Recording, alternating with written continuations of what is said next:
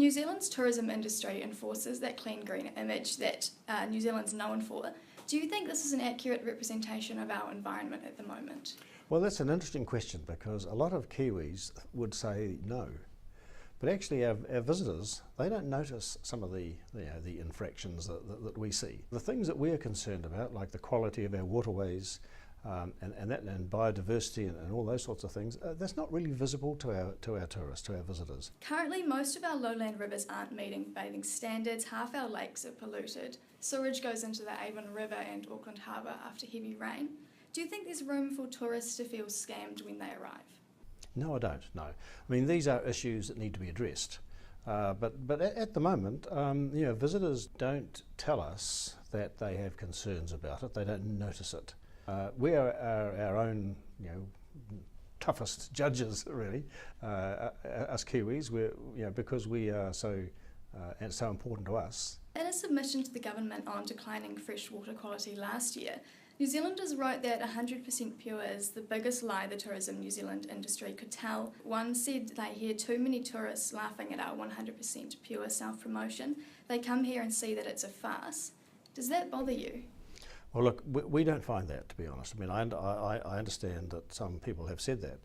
That's not what we find. The feedback we get from visitors is not that at all. But I think that it's a timely wake-up call that we need to do something.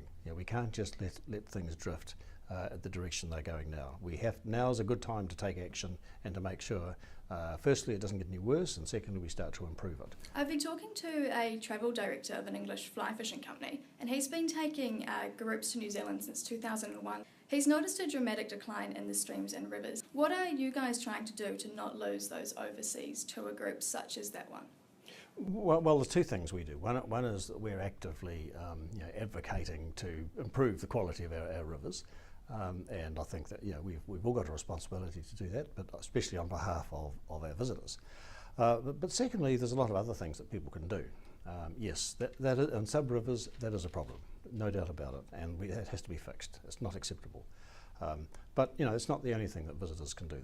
There are other choices. But as I said, we can't just let that drift. We need to do something about it. Totally agree. So former Tourism Minister John Key said the 100% pure slogan should be taken with a grain of salt. Do you agree? Well, it depends what you mean. I mean, a grain of salt could mean that it's not strictly correct. I don't think that's what he intended. I think that 100% pure is it's not saying that if you take a sample of a certain waterway and get it tested in a lab, it'll be 100% pure. It's not saying that. This is a marketing slogan, if you like, which is giving an overall impression of what our country is like for visitors.